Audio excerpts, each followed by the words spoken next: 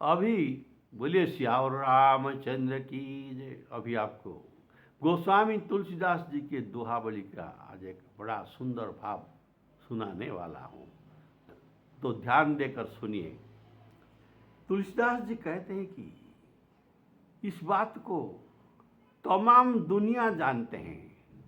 आपको ये मालूम है कि दुष्टों के साथ उपकार करने का फल क्या होता है?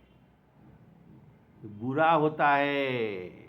ये तमाम दुनिया जानते हैं। सत्योपाख्यान, सत्योपाख्यान नाम का एक ग्रंथ है।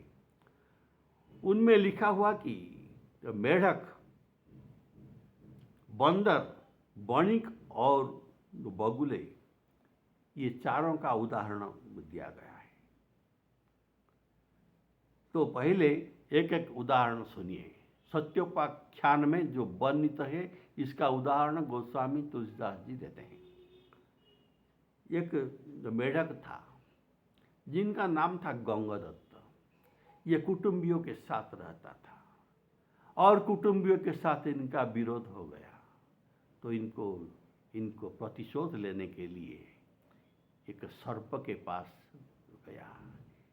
ये सर्प बड़ा काला था, इसलिए कृष्ण सर्प। और ये कृष्ण सर्प के पास गया और कहा, मैं आपसे एक साहाय्य मांगने आई हूँ। तो क्या है ना, मेरे बहुत प्रतिद्वंदी और ये कुटुंबी लोग मेरा शत्रु बन गए हैं। आप आकर उनको खा जाना। ना तो ठीक है, आप जो भी कहते हैं मैं करूँगा। तो आज से हम दोनों फ्रेंड बन गए, तुम मेरे बंधु हो गए। ठीक है, सांप और मेढक का बंधुत्व। तो गंगादत्त ये कृष्ण सर्प को लेकर इनका कुएं में चला गया। तब धीरे धीरे कृष्ण सर्प एक एक करके सभी मेढक को खा लिया। इसके बाद ये क्या करे? तभी इनके परिवार का गंगादत्त के पुत्र को, जो जिनका नाम था जमुना दत्त, उनको भी खा डाला और कोई नहीं बचे।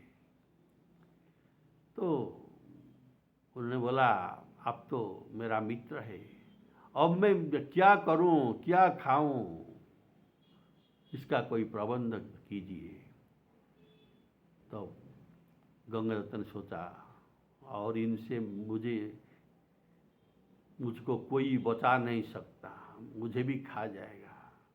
तब ये बोला कि ठीक है, मैं आपका मित्र हूं ना, मैं दूसरे कुएं से कुछ मेढक को यहाँ लाकर आऊँगा और तुमको भोजन देते रहूँगा। तो ठीक है। ऐसा करके ये कुएं से किसी प्रकार आत्मरक्षा करके बाहर आया और वापिस नहीं आया।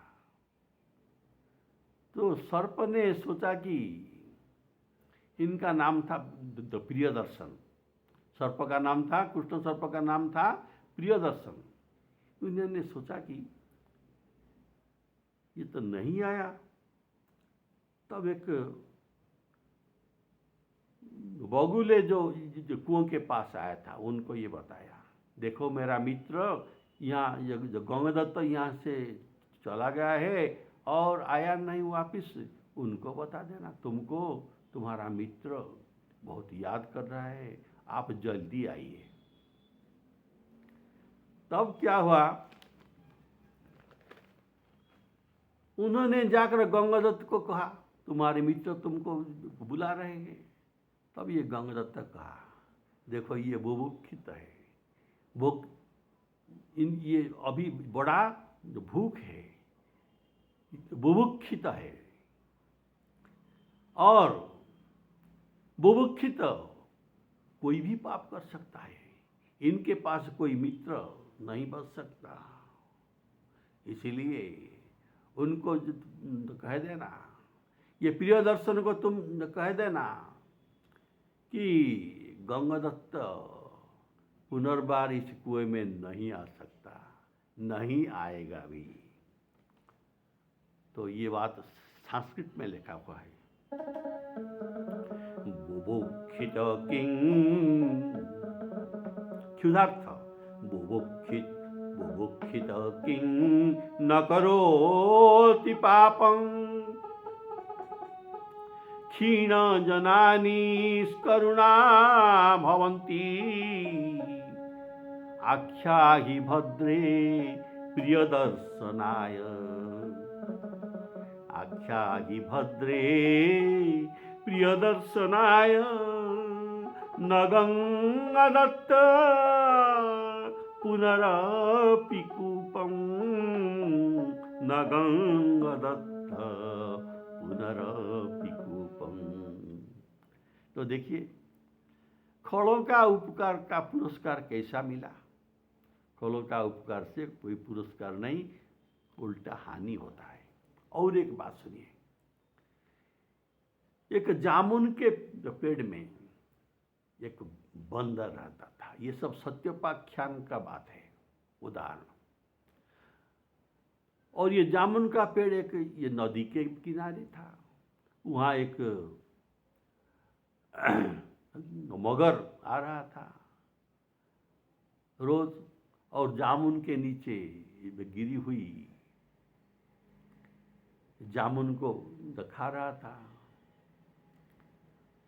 और कुछ और ये बंदर के साथ जो मित्र भी बन गया, और कुछ बचे हुए जामुन को लेकर अपनी पत्री जो मगरी को लेकर दे रहा था। तो मगरी भी बहुत संतुष्ट था। एक दिन ये मगर को बोला, देखो तुम्हारा ये जामुन कितना स्वादिष्ट है, और जो इसे नित्य भक्षण करते हैं इनका कलेजा कैसा स्वादिष्ट न होगा। तो ऐसा प्रबंध कीजिए, मैं तुमसे प्यार करता हूँ, मेरा एक बात मानिए, इनका जो कलेजा मेरे लिए ले आए। तो मगर ने आकर कहा, देखो बंदर जी, जो मेरा दोस्त, तुम्हारा मेरा स्त्री, जो आपका ये दोस्त का स्त्री, आपके संगिनी में आपका सांग हुआ, और ये संगिनी भी तो आपका याद कर रहे हैं, आपका दर्शन करना चाहते हैं। आप कृपा करके मेरे पीठ ऊपर बैठ करके आइए। तो इनको पीठ ऊपर बैठाकर बीच में आ गया नदी में। तब ये बोला, देखो मित्र, तुम बुरा न मानना, तुम्हारी मित्राणी मुझे ऐसा कहा है कि तुम्हारे कलेजा उनको जरूरत है, इसीलिए तुम्हारे कलेजा निकालने के लिए मैं तुमको लाया हूँ। देखिए, विपद में बुद्धि साहाय्य करता है। तो ये बुद्धि में कुछ सोचा बंदर, कहा, मित्र ये छोटी सी बात है, तुम मुझे पहले क्यों नहीं कहा। मेरा कलेजा में साथ में लेकर कहीं नहीं जाता, ये गच के जो कोटर में मैं रख कर आता हूँ। तुम ये जो कहे तो मैं उनको ये जो कलेजा को तुमको दे देता। तो ऐसा बात है, तो कैसे होगा ना, मुझे वापिस ये जामुन के पेड़ के पास ले चलो, मैं तुमको दे दूंगा। जब जामुन के पेड़ के पास आ रहे थे, थोड़ा सा दूर से ये कूद कर ऊपर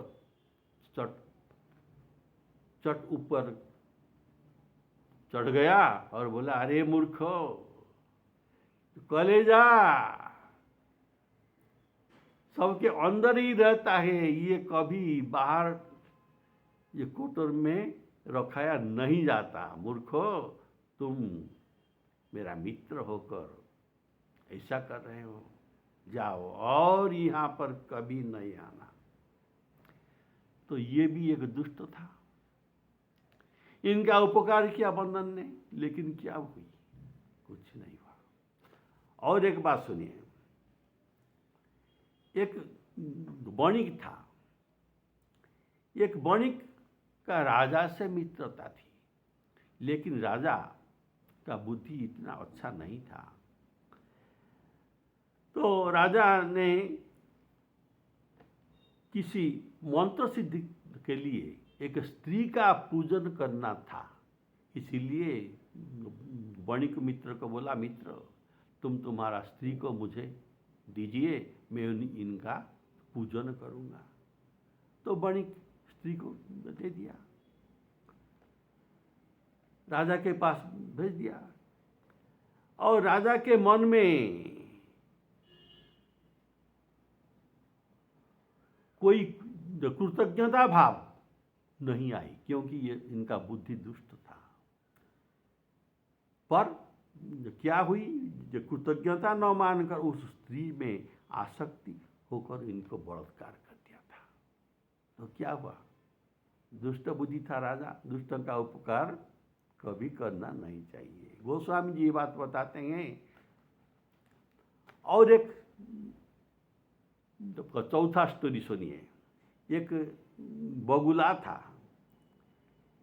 ये बगुले किसी आदमी के ऊपर प्रसन्न होकर कहीं एक ये तो खजाना था, ये खजाना का पत्ता उनको बताया।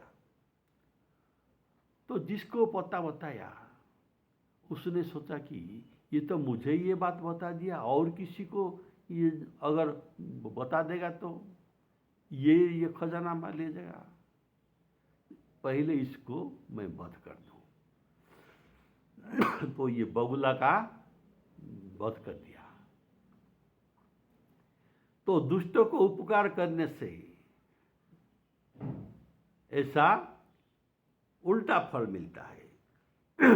अतः दुष्ट का उपकार करने से अपने को कुफल मिलता है। इसीलिए